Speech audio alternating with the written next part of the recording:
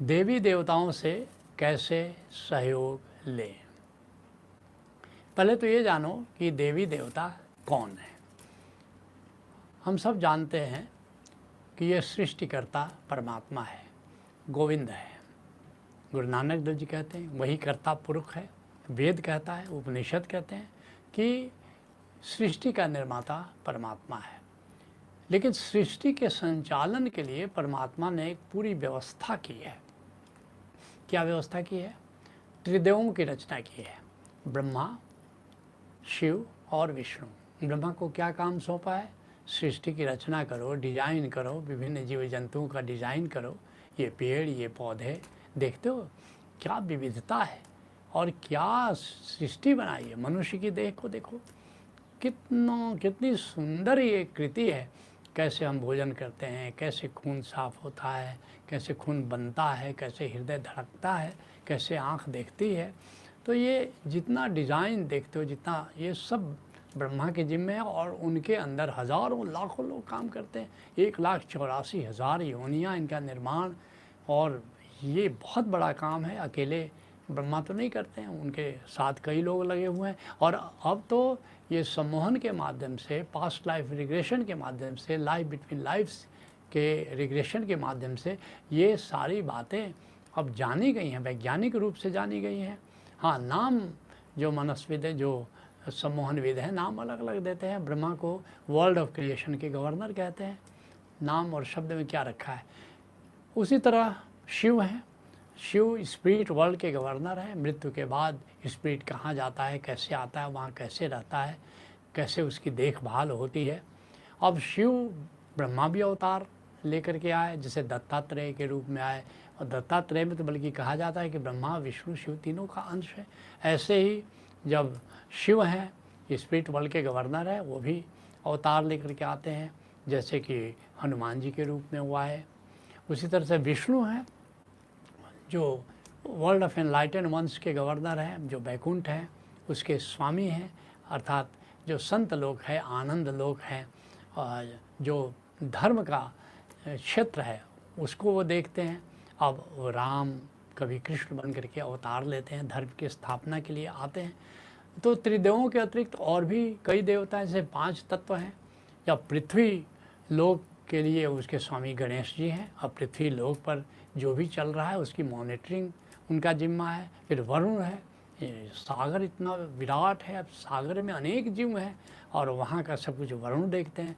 वैसे ऊर्जा मंडल है, इसके अधिष्ठाता अग्निदेव हैं, इसकी रिस्पॉन्सिबिलिटी उनके ऊपर है। वायुदेव हैं, एक विराट वायुमंडल है, वो कहाँ कौन सी दिशा में बहे चले, सृष्टि के संचालन के लिए क्या चाहिए, ये सब वो देखते हैं। और फिर आकाश मंडल है, इंद्र उसके अधिष्ठाता है, कब बारिश हो, कब बादल बने, ये सब उनके जिम्मे है। ऐसी देवियां हैं, जैसे ब्रह्मा की शक्ति को सरस्वती कहते हैं, उसी तरह शिव की शक्ति को पार्वती, दुर्गा या काली कहते हैं। उसी तरह से विष्णु की शक्ति को लक्ष्मी कहते हैं। ऐसी विभिन्न नदियाँ हैं, उन नदी घाटी का संचालन से गंगा नदी की देखभाल करने वाली जो देवी है उसको गंगा देवी कहते हैं। ऐसे यमुना देवी, ऐसे अनेक देवी देवताओं के द्वारा सृष्टि के संचालन में सहयोग किया जा रहा है। ऐसे मिस्टिक ग्रुप्स हैं। गौतम बुद्ध का बुद्धा मिस्टिक ग्रुप है, ओशो कहते हैं। सूफी मिस्टिक ग्रुप है, और बुद्धा मिस्टिक ग्रुप से ओशो को सहयोग मिलता रहा है, हमें भी मिलता है। सूफी मिस्टिक ग्रुप से ख्वाजा साहब और भी बहुत सारे लोग हैं। तो सूफी मिस्टिक ग्रुप आज भी बहुत ही क्रियाशील है। ओशोधारा को हम सबको आप जानते हो कितना सहयोग मिलता है। इस तरह सप्तर्षि हैं, 7 ऋषियों का एक मिस्टिक ग्रुप है, जिसमें कि कई ऋषि, गौतम, भारद्वाज हैं, विश्वामित्र हैं, जमदग्नि हैं, वशिष्ठ हैं, कश्यप हैं, अत्रि हैं। और जब हमने सांख्य गीता की रचना की तो सप्तर्षियों से हमें काफ़ी सहयोग मिला। तो इस तरह से, और फिर इनके से भी और भी आत्मदेव, सबके भीतर आत्मदेव है। ये आत्मा जो है ये तो एक महान देव है।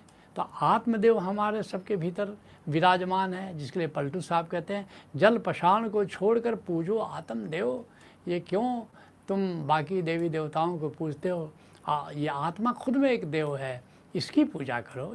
और फिर अंत में देवों का देव, परम देव गोविंद है, कबीर साहब कहते हैं कि पूजहु राम एक ही देवा, उस एक परम देव को, उस ब्रह्म को पूजो। कई नामों से उसे जाना जाता है, ब्रह्म कहते हैं, ईश्वर है, अल्लाह है, गॉड है, अनेक अनेक उसके नाम हैं। तो वो तो देवों का देव है।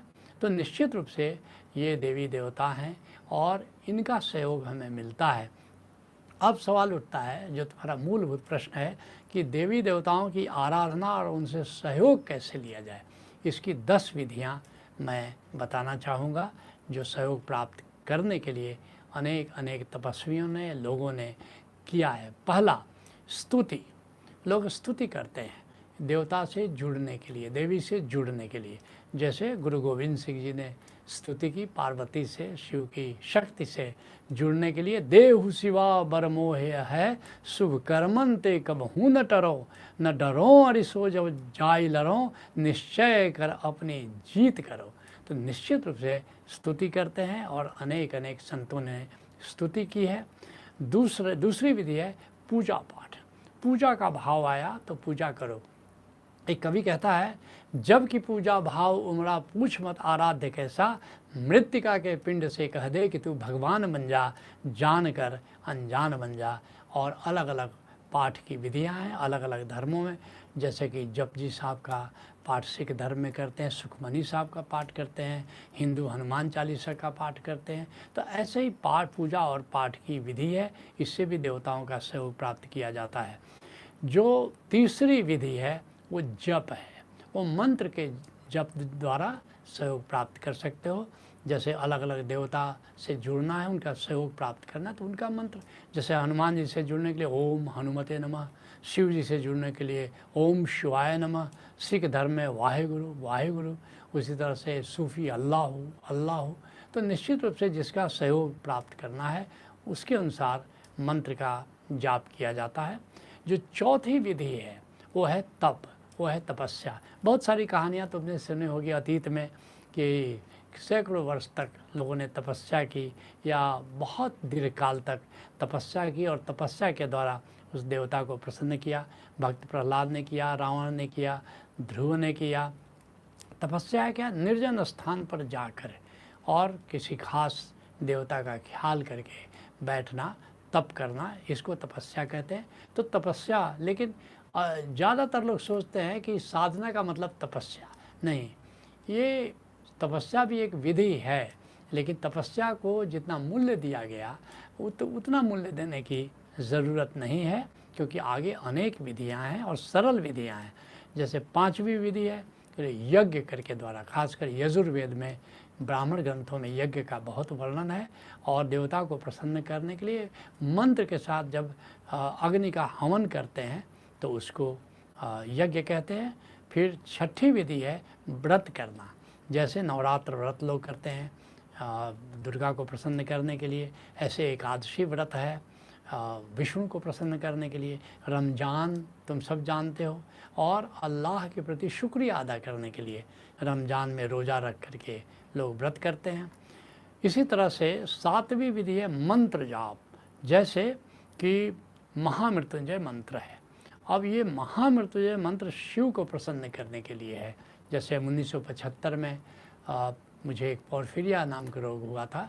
करीब करीब डॉक्टर ने कहा कि अब 15 दिन में विदाई सुनिश्चित है, लेकिन किसी ज्योतिषी के कहने से महामृत्युंजय मंत्र का जाप हुआ और जाप करने से ही जो प्रभाव पड़ा कि एक बहुत ही उन दिनों धनबाद में मैं रहता था, एक शाह नाम के फिजियोथेरापिस्ट थे, मसाजिस्ट थे।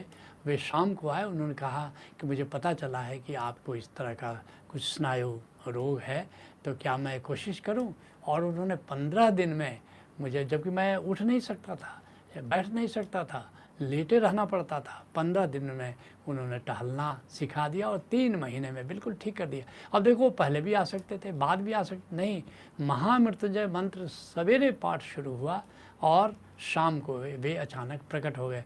तो इस तरह से निश्चित रूप से सहयोग मिलता है। और फिर 8वीं विधि है मंत्र सिद्धि खुद कर लो।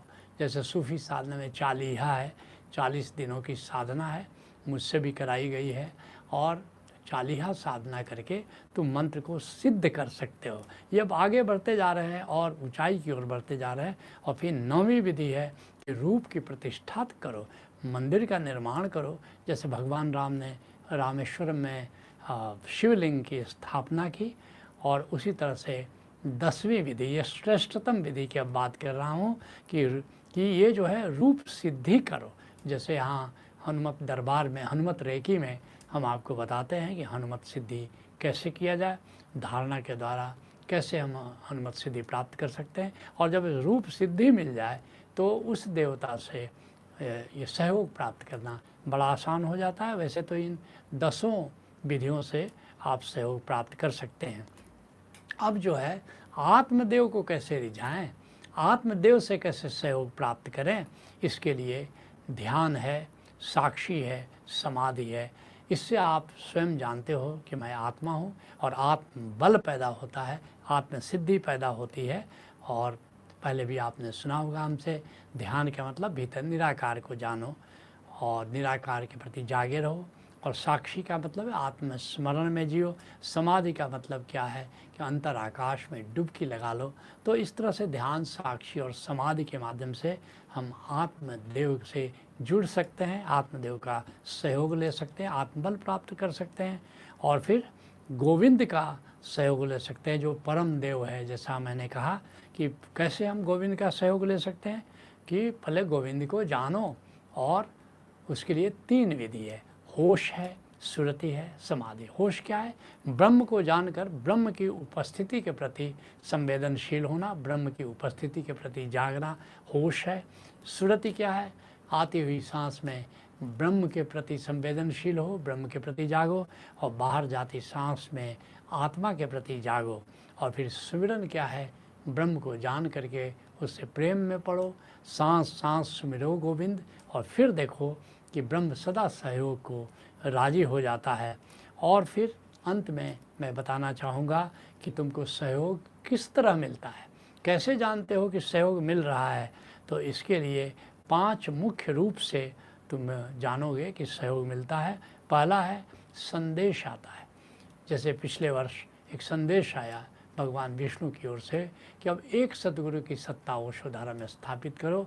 और फिर देखो कि थोड़े ही दिनों में ऐसी परिस्थितियाँ बदली, ऐसा सहयोग मिला कि अब ओशोधारा में एक सतगुरु की ही सत्ता है। दूसरा है कि विज़न आता है तुमको। जैसे मैंने बताया कि 1988 में सप्तर्षियों का एक विज़न आता था, मुझे ध्यान में आता था, और सांख्य गीता उतरती चली जाती थी जो आज प्रकाशित है। और ये 7 ऋषि दिखाई पड़ते थे कुछ गाते हुए, और उसके प्रति मैं संवेदनशील होकर के सुनता था, फिर जागने पर उसको लिखता जाता था। उसी तरह से जो तीसरा संकेत है वो उपस्थिति। जैसे मानसरोवर में इतना भयानक दर्द मेरे पेट में हुआ, और मैंने पुकारा भगवान शिव को कि आपके यहाँ आकर, आपके क्षेत्र में आकर के लगता है ये मरणांतक दर्द है, क्या इससे मैं मुक्त नहीं हो सकता। और तभी एक चक्र की तरह पेट के ऊपर घूमता नज़र आया। मैंने कहा भी कि आप कौन हैं? उन्होंने कहा कि शिव शक्ति।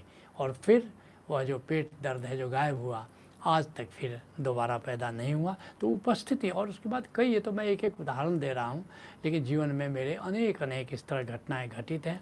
और फिर चौथा मनः स्थिति। जैसा मैंने उदाहरण दिया कि महामृत्युंजय का जाप हुआ और साहा वहाँ पर उपस्थित हो, उनकी मनः स्थिति बदली कि चलो वहाँ जाना है, सहयोग करना है। और फिर जो पांचवी विधि, 5वां जो संकेत है वो है परिस्थिति बदल जाती है। परिस्थिति बदल जाती है। जैसे मैं 1981 की घटना है, गया में मैं मैग्नेटाइट डिपॉजिट्स की, मैग्नेटाइट माइन की खोज करने गया था, और वहाँ से जहाँ बस स्टॉप था वहाँ से 12 किलोमीटर पैदल चलना था।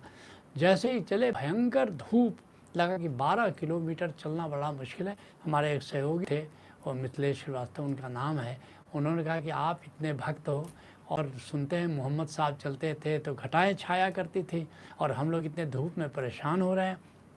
मैंने कहा तुम्हारी बात अस्तित्व सुन रहा है, और निश्चित ही उसकी करुणा बरसेगी। और देखो अभी सहयोग के लिए हम पुकारते हैं। और तभी अचानक कहीं से बादल आया, बिल्कुल छाया, और 12 किलोमीटर बिल्कुल छाया में यात्रा हुई। तो इस तरह से ये जो परिस्थिति है वो बदल जाती है। और उसके बाद तो सैकड़ों बार का हमारा अनुभव है कि कैसे कहीं अकाल पड़ने पर कैसे इंद्र का सहयोग लेते हो, कैसे बारिश होती है, अतिवृष्टि हो, कैसे प्रार्थना करके उससे मुक्त हुआ जा सकता है। तो इस तरह से समझो कि ये जो 5 रूप में सहयोग मिलता है, और निश्चित रूप से सहयोग मिलता है। आज के सत्संग को यहीं विराम देते हैं। हरि ओम तत्सत।